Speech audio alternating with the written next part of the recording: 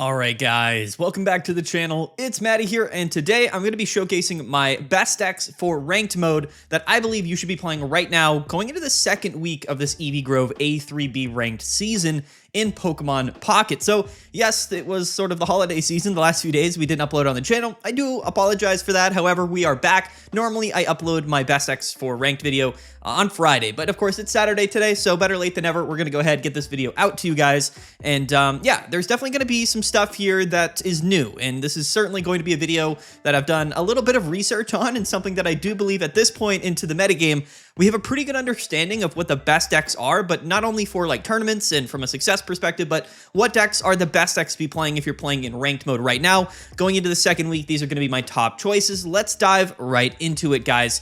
By the way, the first deck we're talking about, yes, is Charizard. Now, this deck list here I have talked about extensively and I've posted about it over the last week or so. I think this deck is absolutely ridiculous. If you want to hear my full rant about this deck, go take a look at my tier list, or I believe as well the actual standalone video that I made about this deck list, where I played 6 games on the ranked ladder in about 30 minutes and just absolutely steamrolled through every single opponent. This deck list is ridiculous, and I'm not gonna rant about Charizard and Sylveon again. I'm just gonna talk a little bit about it, and it's at the beginning of this video. And by the way, these decks aren't really in any particular order. This deck is at the beginning of the video because, again, we've already talked about it quite a bit. Charizard, Sylveon, really strong. So Stoke Charizard, just one of the most ridiculous Pokemon in Pokemon Pocket, and Sylveon allows us to draw through our deck really quickly, and that's the whole idea here. This is a deck that's playing exclusively Fire Energy. Sylveon is only here to draw cards. The whole idea is to utilize the 2 Research and the 2 Sylveon, and then the 2 Charmander, 2 Charizard, 2 Rare Candy, 2 Professor's Research, 2 Pokeball, to just move through our deck as quickly as possible to get that Charizard in the active spot, evolved up, and then using the Stoke attack to accelerate those energies, getting all of that out as early as possible, and then just kind of steamrolling our opponent with 1 Charizard. Giant Cape is here to most of the time attach to Charizard. That's one recommendation I will provide.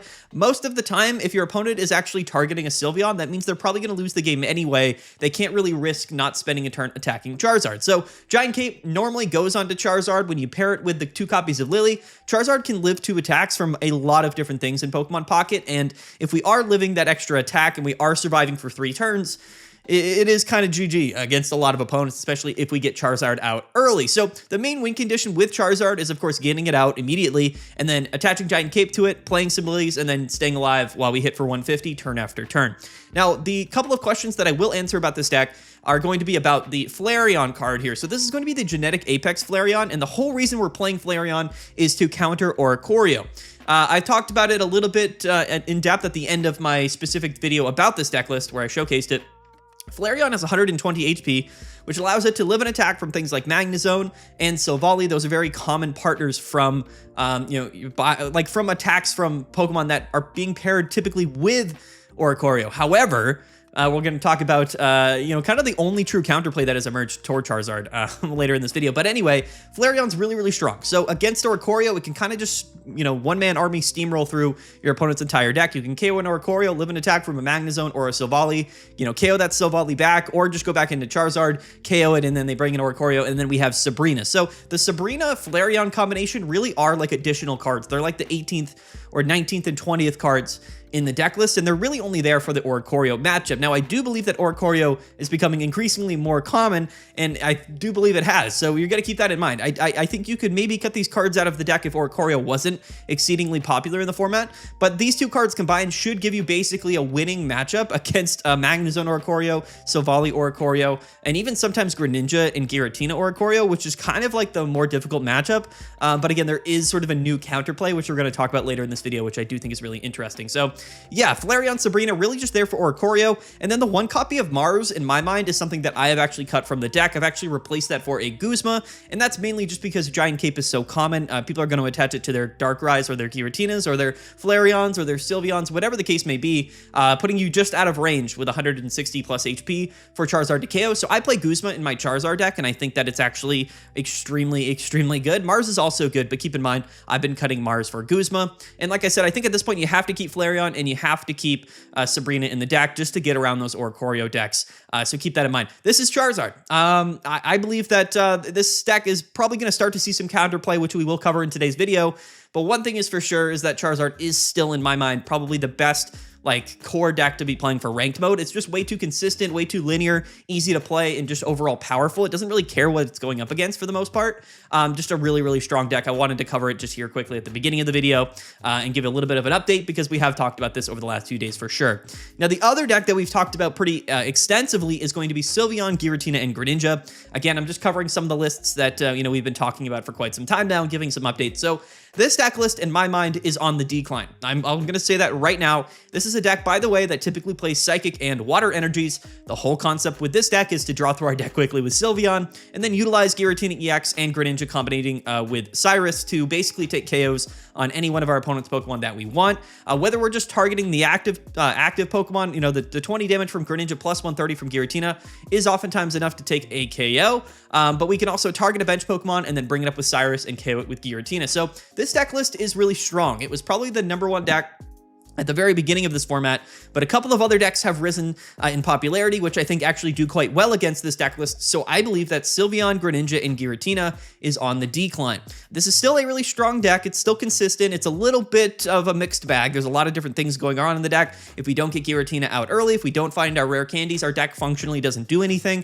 Similar to Charizard, but there's actually more pieces to the puzzle than Charizard. So in some ways it's more consistent, but in some ways it's less consistent. I think this is a really good deck. I really do. But again, I think some other decks that are becoming more popular, which we're going to talk about later in this video, have really kind of pushed this deck a little bit out of the metagame. Now, I say that, but in tournaments, I do believe this is still going to be one of the most popular decks. It's still a quality deck, so I would not be surprised to see it win a bunch of tournaments in the upcoming week or so, but in my mind, it is on a downward spiral, a slight one at least. It's going downhill. This is a deck that if you were thinking about moving off of it, if you haven't already, this is probably the time to start considering not playing this particular deck, but it is really strong. We have room for hand disruption. We have the double Cyrus, and again, Greninja and Giratina is just a really strong combination. So I think we've talked extensively about this deck. There's really not much else to say about it. The nice part about this list is that we can get around things like Oricorio, but again, this new Oricorio deck, which we're covering later in the video, is kind of a great counterplay to a variety of different decks including this one, that are seeing a lot of play. So for a multitude of different reasons, some of the more popular decks that have risen over the last few days actually do pretty well against this list, and we kind of see that. To be fair, like decks that kind of rise and play and become kind of the most popular decks really kind of define the metagame and the decks that are seeing play in the metagame, and because of that, it kind of will slowly decline in play, and that's just sort of what we see for decks that are really popular early on in the metagame. I think Charizard has a good matchup against it. Leafeon and Flareon has a good matchup against this deck. All things that are very popular and becoming even more common in the format. So yeah, I don't really have much else to say about this deck. I think it's still a quality deck, but keep in mind, I do think it's going to be trending downward. So that's the main reason why I wanted to include it. Still worth mentioning on the list here, but I'm putting these two decks at the beginning of the video because they're becoming so popular that I think counterplay is starting to emerge for these decks. So let's move on to some other decks that I believe are more counter-based decks. They're not necessarily going to be the most common decks, but are certainly really strong choices in the format. The next one is going to be, Turbo / Oricorio Silvally. What's interesting is that last format, we really saw a split between the Electro-type Silvally decks. We were either playing Silvally with Zeraora, or we were playing Silvally with Oricorio. What's becoming increasingly common in this format is actually a combination of the two. So again, against a lot of decks like Charizard and again, like Leafeon and Flareon, playing 2 copies of Oricorio is almost a requirement just because there's so many easy ways for these decks to get around or beat just one Oricorio. So playing 2 copies seems to be pretty common, but the deck list that I'm seeing the most of in terms of Electro-type Silvally has been actually 2 Zeraora and 2 Oricorio, been very successful in ranked ladder over the last few days, but also something that always does well in online tournaments. The win rate, the average win rate for this deck list is potentially higher, I think, than any other deck in the format. I think this is a deck that kind of farmed a lot of the early deck lists just because they weren't counterplaying or accounting for Oricorio, and that's certainly going to happen. Silvally, Zeraora, some of the most aggressive Pokemon in the game. In fact, I will say that I actually think that Silvally Zeraora is the #1 aggro deck in Pokemon Pocket right now.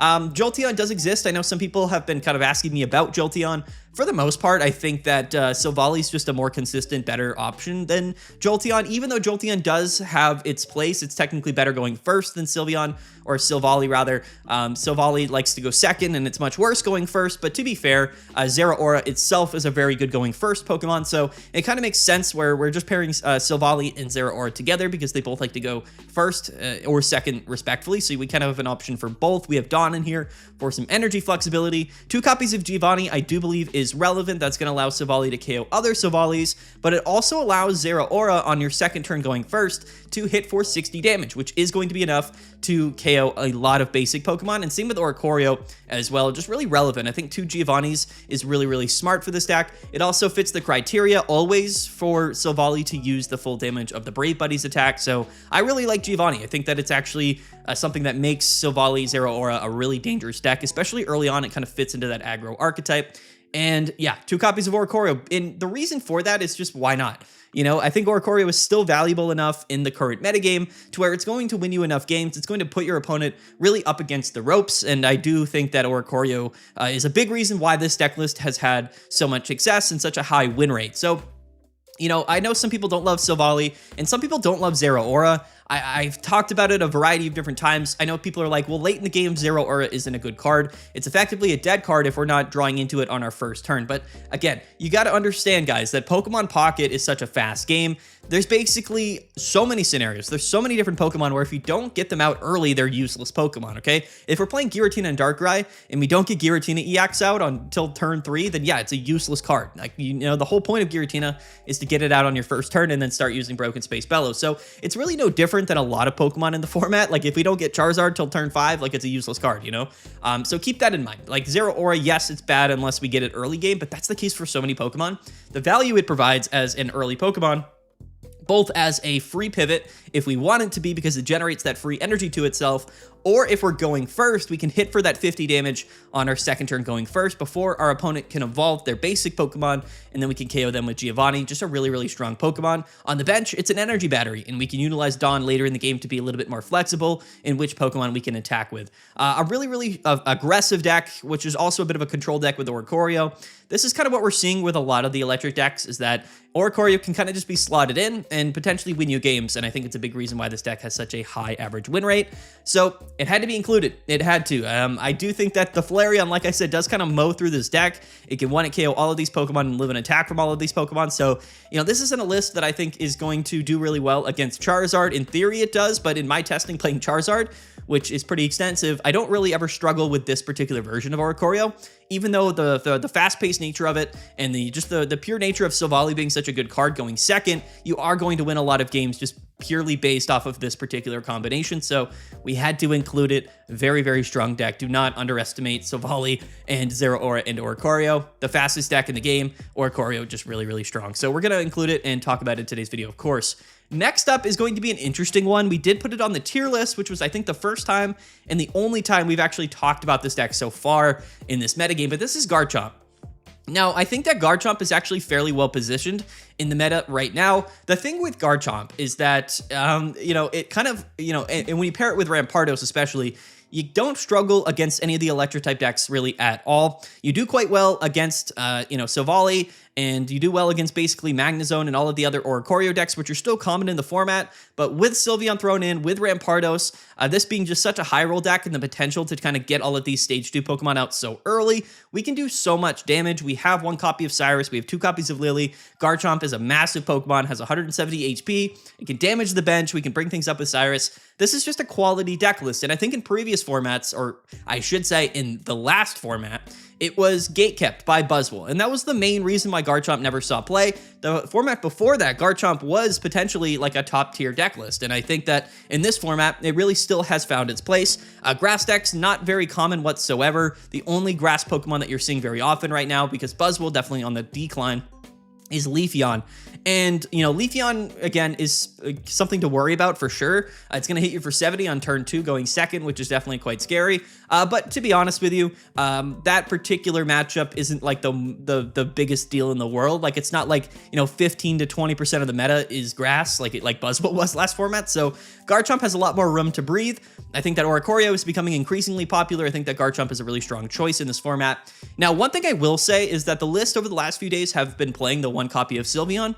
But, you know, what's also funny is that a lot of people have actually just stopped playing Sylveon in place for a couple more supporter cards. That deck list without Sylveon might actually end up being a little bit more relevant. We'll have to see. Like, Sylveon's, of course, really good, but it's a bit more of a high roll strategy. We could just swap out the one Eevee, one Sylveon for two supporter cards. We could play an extra Cyrus. We could play, you know, a giant cape or something like that, and it might actually just make the deck better. So we'll have to see how the data formulates over the next few days. Garchomp without Sylveon might even be better than Garchomp with Sylveon. We'll just have to see what people end up playing. But either way, Garchomp, definitely a bit of a high roll deck. Of course, just a lot of stage 2 Pokemon, rare candy, very important. But, you know, that's the case for so many different decks. The cool thing about Garchomp is with the one energy attack, going first is actually not that bad, right? So whether, you know, we have Garchomp or Rampardos on our second turn, we can attack for that 130. Now, the awkward part about this list, of course, is that if we get Rampardos out on our first turn, on our second turn, going first rather, we can't attack with it because we're never leading the fossil in the active spot because it's not a basic Pokemon unless it's on your bench. So we're always leading with Gible. And that's, or I guess also maybe Eevee in this particular scenario, but we're never leading with the fossil, which means that we're more consistently having Gible in the active spot, which theoretically is good. But if we're going first, then we're really reliant on getting that Garchomp out early so that we can use that one energy linear attack. But if we get Rampardos and not Garchomp, then it's a bit awkward because we can't actually attack yet. So keep that in mind. The deck list is not consistent. This is what I call like a pile. It's just a bunch of cards thrown into a deck, and you're kind of hoping that you draw all of the right cards. And I know some people really love Garchomp, but some people really hate it. Rampardos, functionally one of the most broken Pokemon in the entire game. The other cool thing about Garchomp is that it always has had a very strong matchup against Silvally decks, right? So Silvally Rampardos is on the decline, but if it ever kind of rose in popularity, Garchomp has a good matchup against it. So that's certainly something relevant to keep in mind here. Yeah, it's Garchomp, you know. Hopefully you kind of, you know, pair into all of these, you know, Silvally decks or the Oricorio decks or lightning type decks, and you kind of farm them with Garchomp. That's really where it fits into the metagame. Probably one of the best fighting decks that we've ever seen. Rampardos probably one of the best fighting Pokemon we've ever seen, if not the best. And I do think that this is probably the most correct way to play it right now. Like I said, we might be swapping out the Eevee for Sylveon. If you've been playtesting this deck and you've been playing it for quite some time, maybe you kind of feel the same way. So don't think you're crazy if you think that the Sylveon Eevee isn't that good. It might end up being actually worse than playing two different supporter cards. So test it out. Play the deck a little bit. I'm just kind of letting you know ahead of time. More people are still playing Eevee Sylveon, but that might change as time goes on. So, you know, just keep that on the top of your head. Next up, we're going to be talking about what I believe is probably the most substantially interesting thing to come in the metagame over the last few days. But before we do that, we have, of course, our shameless plug. So yes, 67% of you guys that watch my videos aren't subscribed to the channel. In fact, that kind of relates to this particular video. So the majority of you people that are watching this video right now, skimming through this video, pulling all of the deck lists out, you're not subscribed. And I understand that sometimes my content isn't for everybody in that sense. I know some people watch my videos and they just go to the timestamps and they just find the deck lists and then they bounce out of here. That's totally fine, but subscribing is free. So even if you are one of those people, just check to see if you're subscribed to the channel. And if you're not, just consider it. It's literally free. It doesn't cost you anything, and it does support me and it supports the channel. So yeah, I would really appreciate that. Anyway, let's move on, guys. The number one deck list that I think is super interesting right now that I really wanted to talk about in today's video is going to be LUXRAY. So yes, LUXRAY is back and it's on the rise. So this is the deck that I was talking about earlier on in the video as something that I believe is actually emerging as a top meta counter for a variety of different decks in the format. LUXRAY is super, super interesting. We can pair it with Zeraora, again, just like we were pairing Silvally, and we can pair Oricorio with it. So these Electro-type archetypes kind of seemingly all play Zeraora and Oricorio because they are such good Pokemon. LUXRAY is actually kind of broken. I'm not going to lie. So the cool thing about LUXRAY, and we'll just pull the card up so you guys can see it. I guess it's kind of cropped a little bit here, but this Pokemon does 120 damage to any one of your opponent's Pokemon, and then you discard all of the energies from LUXRAY. So a big drawback, it is a stage 2 Pokemon with 130 HP, which is a bit low, but it does have free retreat. However, the thing with LUXRAY is that 120 damage is actually very, very relevant against a lot of different decks in the format. We're pairing it with Volkner, which is a supporter card that's kind of specifically made for LUXRAY. After we attack and discard all those energies, we can move 2 of those energies from our discard pile directly to LUXRAY. So Volkner is basically a Lucamine, but for LUXRAY specifically. very, very strong. So Luxray is going to be able to snipe a Pokemon for 120. If we have Volkner in our hand, we can kind of bring those energies back up and then attack turn after turn with Luxray. You might be thinking to yourself, why is Luxray good? I mean, why is 120 relevant? There's a lot of Pokemon that we're not KOing with Luxray. That is all completely true, right? You got to keep in mind 120 is a good amount of damage, but it's not enough to KO a lot of Pokemon in the game. But it is enough to KO a lot of different Pokemon in the game as well. That, of course, being things like basic Pokemon that could be on the bench, like Eevee, or even Fossils or Cranidoses, things like that aren't evolved yet.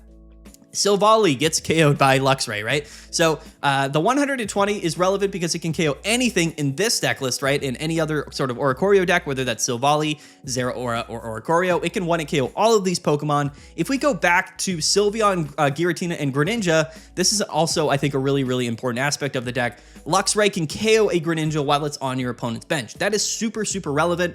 I think that being able to snipe Greninjas turn after turn is actually a really, really big deal. And the 120 is going to be enough to kind of do enough damage to finish a KO if Oricorio hits for 50 as well. So keep that in mind. Against Charizard, it can actually KO Flareon, right? So against Oricorio decks, Charizard is very reliant on setting up this Flareon on the bench. Luxray is going to be able to come in and then just KO Flareon while it's on the bench. And then once Flareon goes down, our opponent doesn't have, if they're playing Charizard, doesn't have any way to beat the two Oricorios after that. So very, very relevant. Luxray is actually something that I think is really well positioned in the metagame. That 120 is a little bit underwhelming for sure, but being able to attack Pokemon on the bench gives it a direct, specific counter to things like Sylveon and Giratina, as well as Charizard with that Flareon. So yes, Luxray with 2 Oricorio, and then Zeraora, of course, has emerged as one of the dominant meta counters in the game right now, which is really, really cool. I never expected Luxray to be the Pokemon that right now was kind of at the top of the counter meta, and I think that's super cool,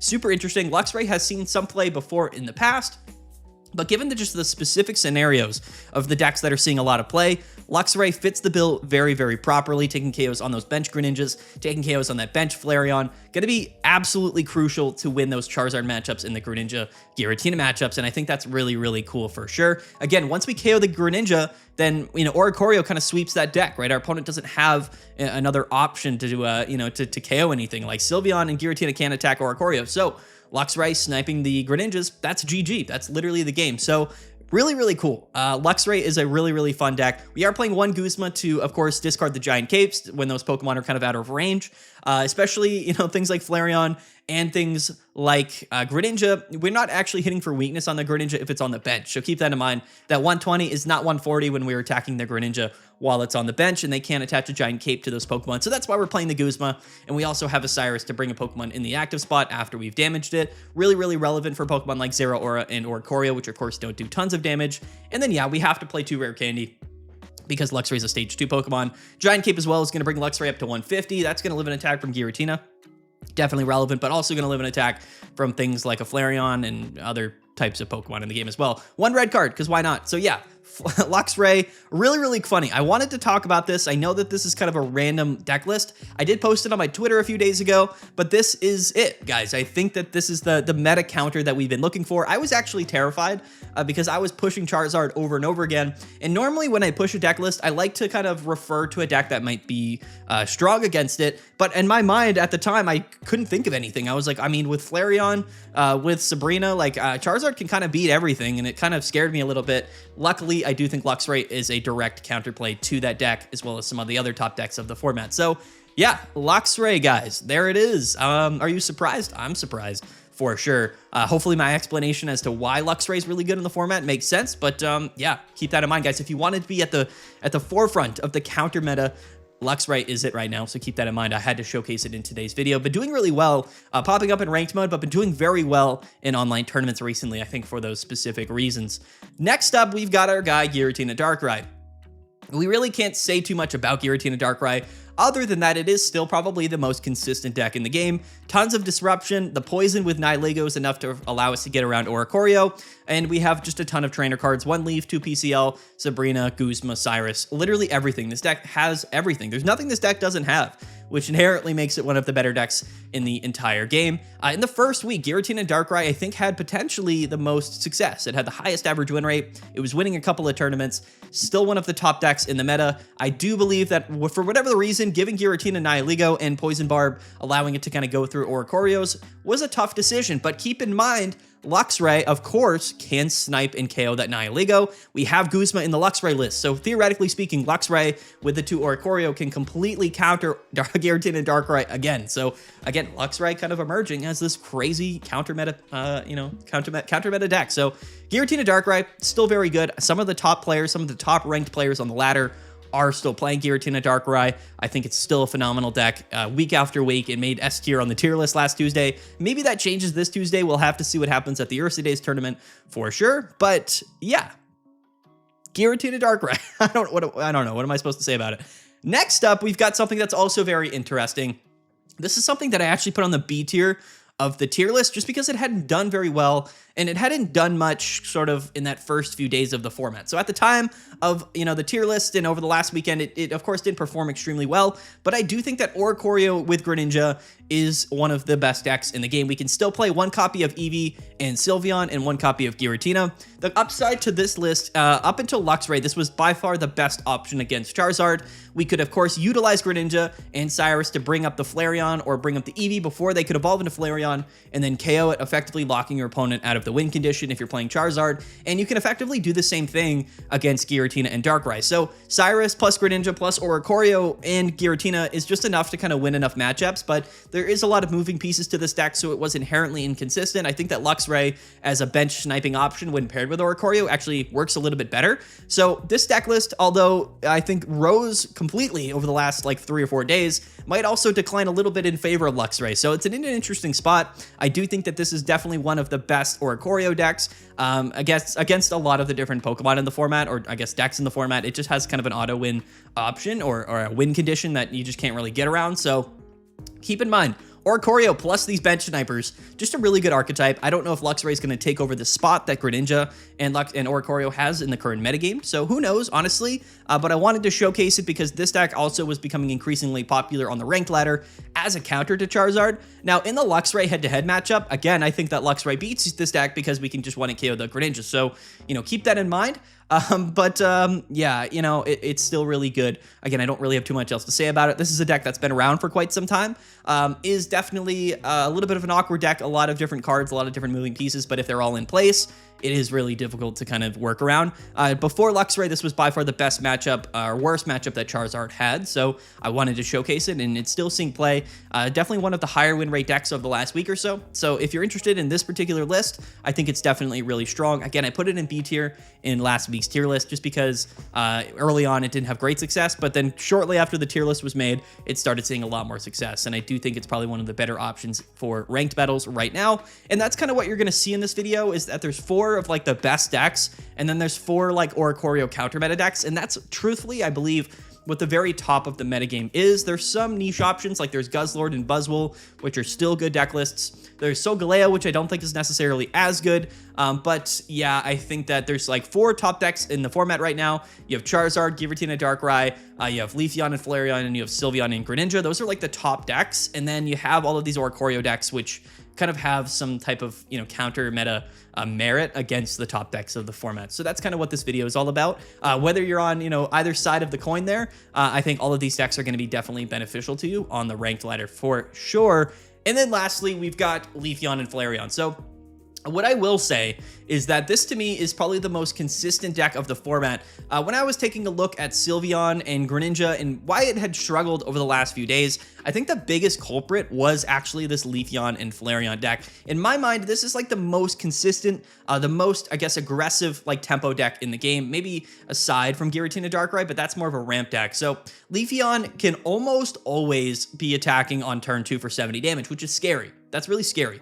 70 damage isn't super relevant, but when you keep in mind that 70 damage times 2 is enough to KO most Pokemon in the game, then we have kind of some issues with dealing with a particular deck like this. We have a copy of Giant Cape to bring Leafeon or Flareon up to 170. That's going to be enough to live attacks for a lot of Pokemon in the game. But the pairing between Leafeon and Flareon is actually perfect, right? It allows us to kind of, Leafeon's ability allows us to generate like leaf energies or grass energies to itself, and then we can attack very early on. And then once Leafeon goes down, as long as we've attached to Flareon at least once, which again we can do by turn 3 anyway, we should be able to go into Flareon and then sweep our opponent. We have one copy of red, we have double Eevee bags, so we can hit upwards of course, what is that, 170 damage with Leafeon, which is crazy. That's a lot of damage, right? Enough to KO basically anything in the game, or with Flareon, I should say. The small Leafeon is there again for Oricorio. It's less of a consistent option, of course, once that Leafeon goes down. We don't really have anything to beat Oricorio, so I will say that this is a deck that doesn't have like a perfect counterplay to Oricorio. And yes, we could play the Flareon, right? The Genetic Apex Flareon like Charizard does instead of Leafeon. It's just a little bit less consistent and hard to get set up. And we don't necessarily have a way to stall in the active spot as well as Charizard does, because Charizard has a lot of HP. We have Giant Cape, we have 2 copies of Lily, so we can kind of stall with Charizard, whereas this deck list can't. You have to be a little bit more proactive. So I do think that the small Leafeon with Leafy Cyclone hitting for 90 damage is probably the better option. But unfortunately, it's really only going to be good enough to KO one Oricorio, and then it's probably going to get KO'd back, which is a little bit of a downside. But we do have one Sabrina, right? So 1 KO on an Oricorio plus 1 Sabrina theoretically should be enough to beat Oricorio decks. However, of course, that Luxray deck has something else to say about it.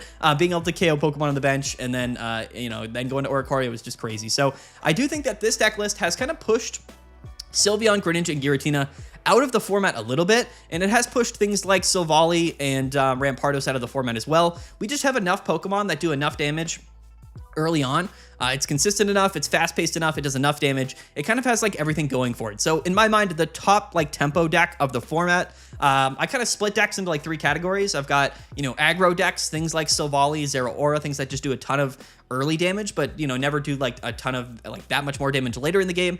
We have decks like this, which are of course less aggressive, but still very consistent and do more damage, just maybe a turn or 2 later. And then you have things like Charizard or Garchomp, which are just a bit kind of high rolly, like those rare candy decks that do a ton of damage with a ton of big HP Pokemon, but they're a little bit less consistent. That's how I break out the 3 different categories of decks. This is right in the middle, right? This is like that middle ground deck, that tempo deck that's really consistent, does decent damage, but doesn't do like a ton of damage, isn't super fast paced. It's just like nice in the middle, extremely consistent. In my mind, potentially the best deck in Pokemon Pocket right now. I do think you lose to Charizard, and I think you do lose to a variety of Oricorio decks, but against really a lot of other decks in the format, you do very, very well. Against Giratina Darkrai, we're going to be doing well. Against Sylveon and Greninja, we're going to be doing well. So that's, I think, the placement for this deck list right here. I think the metagame right now is pretty balanced, and that's why I covered so many different types of decks in this video.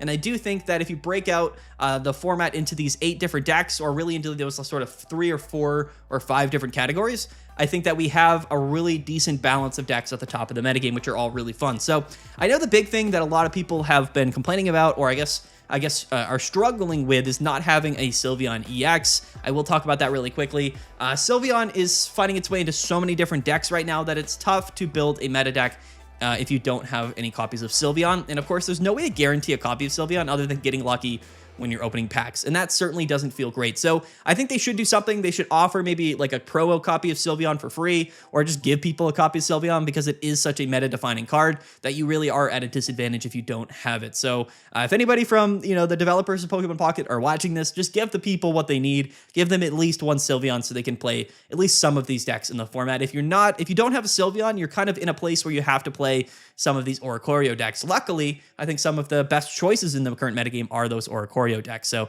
yeah, there it is, guys. There's my best decks for ranked mode going into the second week of this Eevee Grove format. I'm having a lot of fun with this metagame. Charizard was absolutely dominant, absolutely insane the last week or so for me, but I haven't played in a couple days because of the holidays, so I might have to pivot what deck I'm playing. I do think that Luxray deck is absolutely incredibly spicy. So there it is, guys. Let's get out of here. Peace out. Have a good one. Don't forget to like and subscribe. Again, stay tuned. Tons of videos coming on the channel. We will be uploading a video tomorrow. And then, of course, we have Meta Monday on Monday. And then we have our tier list on Tuesday. So stay tuned. The metagame is changing a lot, very rapidly. So I'm having a really fun time with it. Anyway, guys, let's wrap it up. I can't end videos very well. I just ramble on.